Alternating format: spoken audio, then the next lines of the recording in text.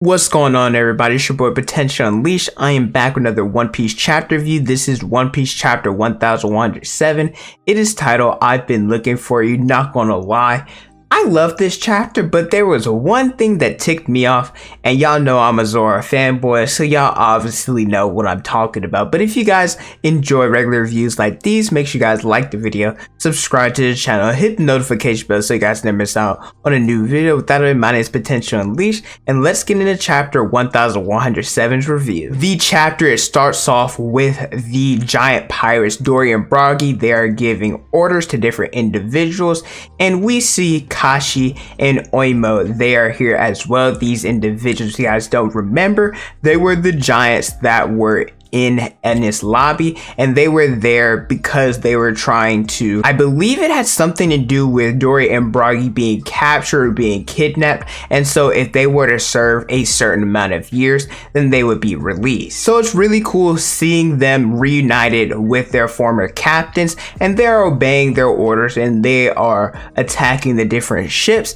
and just trying to make a way for these strides to escape. And I also love seeing Usopp, his reaction. He got to see Dory and Brogy and the other giants as well. He's really happy because we know how he had a special relationship with, I believe it was I don't remember which one of the giants actually, but he had a special relationship with one of them. And so seeing them here now that they aren't at Little Garden anymore, seeing that Usopp, he wants to be a brave warrior, to see that he wants to go to Elbaf eventually, I just think that this is a touching reunion. And so not only do we get Usopp's reaction, we also see Nami and we see Chopper as well. And I love the interaction when they talk to Lilith and Brook, because Usopp, he's like, hey, they're not here to start a war, they're here to assist us with our escape. And we know that Usopp, he ended up freezing the clouds and now they can't find a way to stop. So Lilith is going to inform them on how they're going to stop and what they need to do. I believe it was 2 chapters ago, Nami, she mentioned that Jinbei was on his way in order to get Zoro, and we see that Jinbei, he is headed that way, talking about, hey, we have to escape, this is no time for an all-out fight. And then we cut to the fight between Lucci and Zoro, and this is the part of the chapter, as a Zoro fan, I'm not the biggest fan of. I also like the different dialogue that's going on between Lucci and Zoro here, because neither of the two believe that they are actually losing this fight. Zoro, he mentions that it's time to wrap this up, where Lucci, he's like, hey, only the winner gets to talk like this, insinuating that Zoro, he is a burden on the crew because he isn't going to escape. He makes the analogy that a fool will never make it if they can't cut off an arm to save a body. So he's essentially insinuating that the crew, they should give up on him because Zoro's going to end up dead. And I love Zoro, his witty comeback. He's like, hey, you kind of sound like you're the one who's in control of this fight. And Zoro, he's basically saying, hey, I got this in the bag. The reason why I'm not the biggest fan of this as a Zoro fan, well, I want him to fight against Kizaru, and well, I love Sanji just as much as the next person, but I love Zoro more. And I'm not gonna lie to you guys, Sanji, he's kind of showing out in this chapter. I'll talk about that a little bit later, but we see the different vice admirals that they are dealing with the issues of not only the giants, but the pacifista. They've already lost a decent amount of their fleet, and they think, and I can understand why, because they're expensive and they are dangerous weapons, but they're like, man, we really have to target and destroy these pacifista. We also cut to Luffy and Bonnie. They have a dope interaction that I love, talking about, hey, I've been looking for you for so long. And Luffy, being the type of person that he is, he's like, well, I've been here the whole time. And obviously Bonnie, she's referring to Nika. She was talking about how she tried to mimic his different types of attack, especially whenever Luffy makes a big fist. Then Luffy, he's like, hey, I'll show you how it's done. I'll show you how you properly throw a punch. Saturn, he then uses his glare beam, and it does indeed hit Luffy. However, he still pushes through and he hits him with a gum booming Dawn Gatling. I love the fact that in different gears, Luffy, he tends to kind of put a little bit of a twist on the name of his attack, and he's using the term Dawn in his gear 5th form, because because obviously him being Nika, him being Joy Boy, he is going to lead the world to the new dawn. While Luffy is fighting with Saturn, Vegapunk, he is wounded, and Bonnie, she really wants to try to get him away from me. However, he's like, hey, I know as a doctor that if I move, I'm dead. So Frankie, Atlas, and Bonnie, they are trying to escape.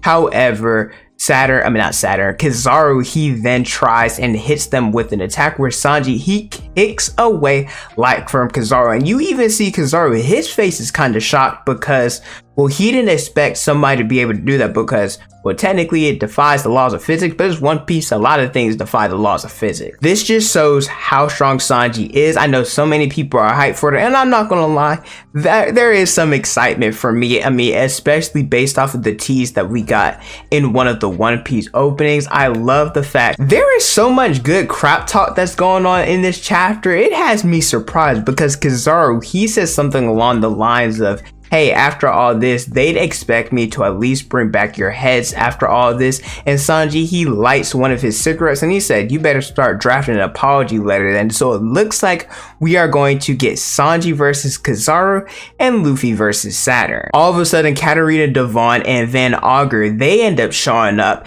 And we all knew it was going to be Catarina Devon because she is one of the only members of the Blackbeard Pirates that isn't accounted for. However, a lot of us thought it was going to be Lafayette, but it makes sense that Van Augur, that he is here as well because he has the warp fruit and he can just teleport wherever he needs to. So for somebody that is trying to infiltrate real quick and then leave, it makes a lot of sense. Catarina Devon was also able to touch Saturn in this instance, and that's probably how she's able to copy others' appearances. I thought that was pretty dope because eventually once Saturn is taken down or if he's hospitalized or something, Catarina Devon, she would be able to use his face as a way to get around. We all speculated this based off of what's happened with Blackbeard, the fact that he can use 2 devil fruits without dying and that he's the type of person that never needs to sleep.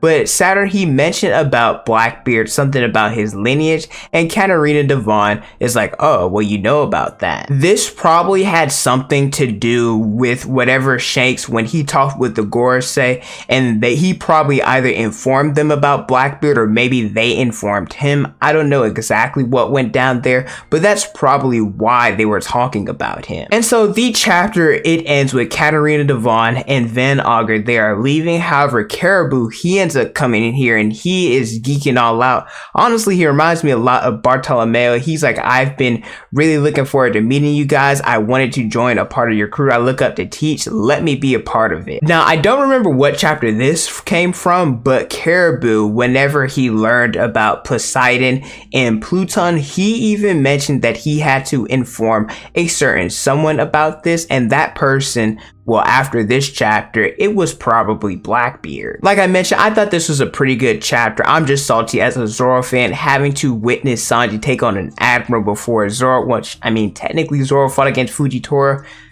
but still, man, I wanted Zoro to have more shine, and he still could.